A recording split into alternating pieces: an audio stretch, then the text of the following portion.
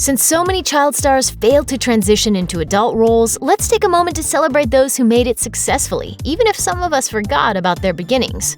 When Joaquin Phoenix started acting in films like 1986's Space Camp, he didn't even use his given name, instead going by Leaf Phoenix. His first role was an episode of the musical TV series 7 Brides for 7 Brothers alongside his older brother River. He then went on to appear in a number of popular TV shows and films, including Hill Street Blues, Murder, She Wrote, and Parenthood. After completing Parenthood, he reportedly moved to Mexico and took a break from showbiz. After about a 6-year hiatus, he returned to acting as Joaquin and became the recognizable star we know today. He broke through in 1999's 8mm alongside Nicolas Cage, and then, of course, there was his Oscar-nominated turn in Gladiator in 2000.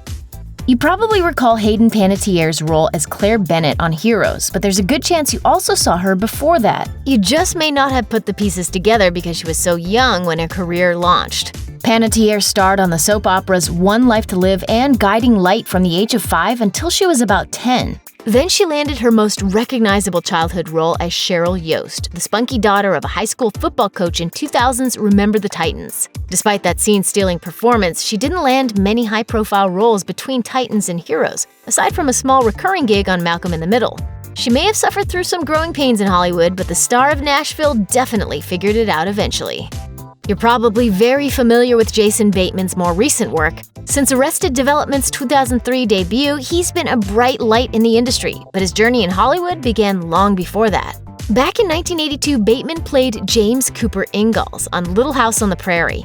After that, he took a role in the sitcom Silver Spoons, which then led to a starring role in It's Your Move and then The Hogan Family. His performance as David Hogan thrust him into teen icon status, which only intensified when he starred in Teen Wolf 2. The 80s were a good time to be Bateman, but the 90s were not as kind, which may explain why you forgot about his awesome early career. When Eliza Dushku first appeared on Buffy the Vampire Slayer as teenager Faith, many fans thought she was a fresh face in Hollywood, but think again.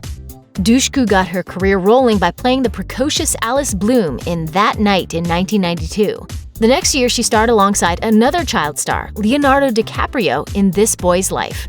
Those early experiences led to a film that would change her life in more ways than one. In 1994, at the age of 12, Dushku appeared in True Lies as Dana Tasker, the daughter of Arnold Schwarzenegger and Jamie Lee Curtis. While her performance helped forge a long career in the industry, Dushku revealed on Facebook in January 2018 that she was allegedly assaulted by a crew member on set, something she spoke out about in the hope that speaking out will help other victims and protect against future abuse. Much of Jake Gyllenhaal's massive fan base became attached to the star after his incredible performance in 2000's Donnie Darko. He also starred the year before in October Sky, but his acting resume actually goes back much further than those flicks. When he was 11 years old, Gyllenhaal played Danny Robbins in 1991's City Slickers. Though that role didn't make him a superstar, it did open some doors. From there, he took parts in A Dangerous Woman and Josh and Sam, but he eventually took time away from acting to focus on school. In another timeline, Gyllenhaal might have been a huge child superstar. According to The Guardian, he landed a big role in 1992's The Mighty Ducks, but his parents decided not to allow him to take the part.